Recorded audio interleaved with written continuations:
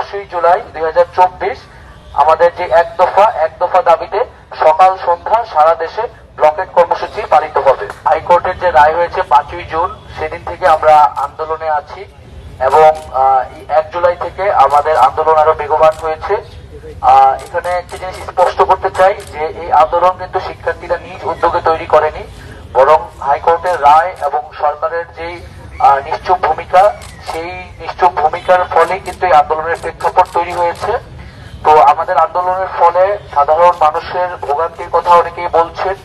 আমরা এই ভোগান্তির প্রতি সংবেদনশীল। আমরাও চাই না যে সাধারণ মানুষের কোনো ভোগান্তি হোক, আমাদেরও কোনো ভোগান্তি হোক। 250-টিরও বেশি ডিজাইন অপশন নিয়ে ওয়ালটন স্মার্ট ফ্রিজ, বোঝে আপনার প্রয়োজন।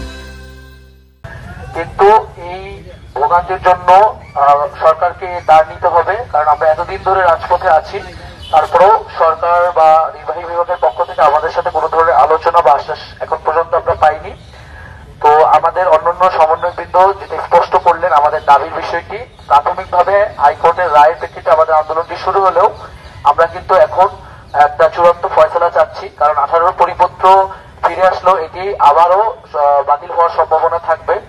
ফলত আমরা এমন একটা সমাধান চাচ্ছি যাতে করে কোটা নিয়ে আর কখনোই কোনো ধরনের সংকট বাংলাদেশে তৈরি না হয়।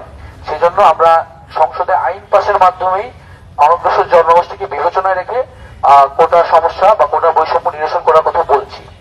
আর আদালতের যে বিষয়টি, মহামান্য আদালতের প্রতি আমাদের পূর্ণ শ্রদ্ধা এবং আস্থা রয়েছে।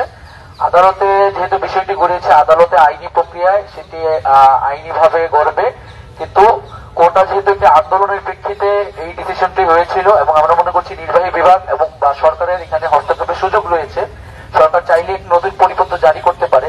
ফলত আমাদের আন্দোলন কিন্তু আর আদালতের প্রেক্ষাপটে নেই। আমাদের আন্দোলনটি এখন মূলত সরকার এবং নির্বাহী বিভাগের প্রতি।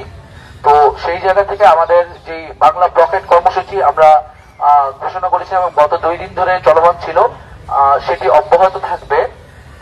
আগামীকাল 10ই জুলাই 2024 আমাদের যে এক দফা দাবিতে সকাল সন্ধ্যা সারা দেশে ব্লকেট কর্মসূচি পালিত হবে।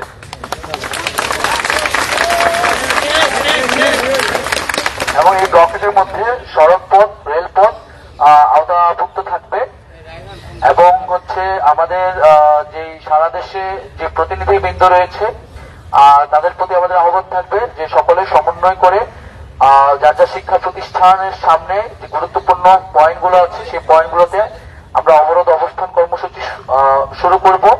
আগামীকাল সকাল 10টায় আমরা ঢাকা বিশ্ববিদ্যালয়ের জায়গা থেকে কেন্দ্রীয় গ্রন্থাগারের সামনে আমরা জমায়েত শুরু করবো এবং তারপর আমরা আমাদের ব্লকেট কর্মসূচি জন্য শাহবাগ মোড়ে জমায়েত